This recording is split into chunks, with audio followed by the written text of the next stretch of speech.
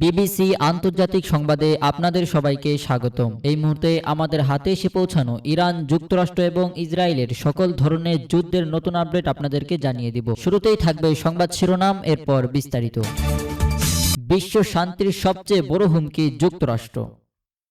চীনা প্রেসিডেন্টের 4 দফা শান্তি প্রস্তাবে সমর্থন ইরানের। হরমুজ প্রণালীতে নতুন নিয়ম চালু করল ইরান। দর্শক, এতক্ষণ শুনছিলেন সংবাদ শিরোনাম, এখন বিস্তারিত।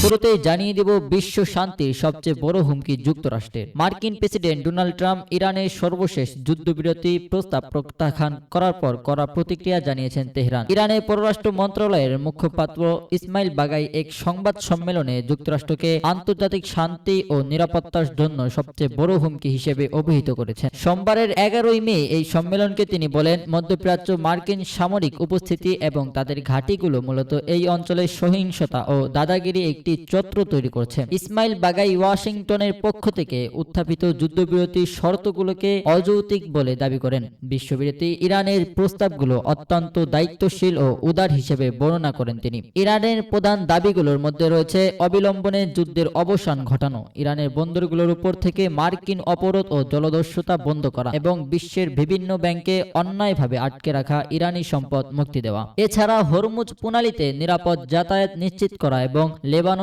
সহ সমগ্র অঞ্চলে নিরাপত্তা ও স্থিতিশীলতা ফিরিয়ে আনার তেহরানের শর্তে অন্তর্ভুক্ত।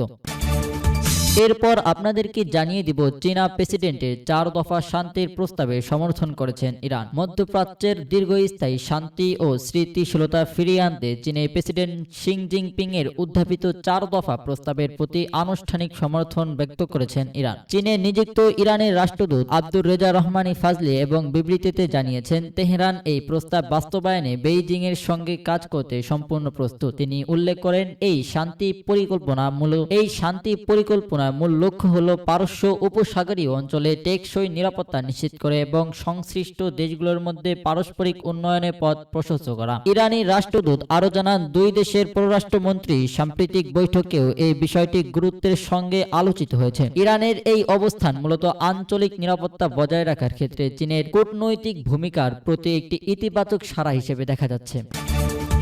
সর্বশেষ আপনাদেরকে জানিয়ে দিব হরমুজ প্রণালীতে নতুন নিয়ম চালু করল ইরান। মধ্যপ্রাচ্য যুদ্ধ পরিস্থিতি কেন্দ্র করে যুক্তরাষ্ট্র ও ইরানের পাল্টাপাল্টি অবরোধের মধ্যেই কৌশলগতভাবে গুরুত্বপূর্ণ হরমুজ প্রণালী দিয়ে জাহাজ চলাচলের উপর নতুন বিধিনিষেধ আরোপ করেছে তেহরান। এখন থেকে এই জলপথ অতিক্রম করতে হলে জাহাজগুলোকে আগাম অনুমতি নেওয়ার পাশাপাশি নির্দিষ্ট হারে টোল বা ফি প্রদান করতে হবে। বৈশ্বিক জ্বালানি সরবরাহের প্রায় এই সরু জলপথ দিয়ে প্রবাহিত হয়, যা এখন তেহরানের সরাসরি নিয়ন্ত্রণে চলে এলো। শিপিং জার্নাল লয়েডস জানায়, পার্সেল গাফ টেস্টিড অথরিটি পিজিএস একটি নতুন কাঠামো প্রবর্তন করেছেন। ইরানের রাষ্ট্রীয় সংবাদ মাধ্যমগুলো নিশ্চিত করেছে, হরমুজ প্রণালীর উপর প্রতিষ্ঠার লক্ষ্যে এই বিশেষ ব্যবস্থা গড়ে তোলা হয়েছে। দেশটির সেনাবাহিনী হুঁশিয়ারি দিয়েছে যে যারা ইরানের উপর মার্কিন নিষেধাজ্ঞা মানবে তাদের এই প্রণালী অতিক্রম করতে চরম সংকটে পড়তে হবে। ইতিমধ্যে ভারত ও পাকিস্তানের মতো দেশগুলো তেহরানের সঙ্গে আলোচনার মাধ্যমে তাদের পতাকাবাহী জাহাজগুলোর নিরাপদ যাতায়াত নিশ্চিত করার চেষ্টা চালাচ্ছে। তবে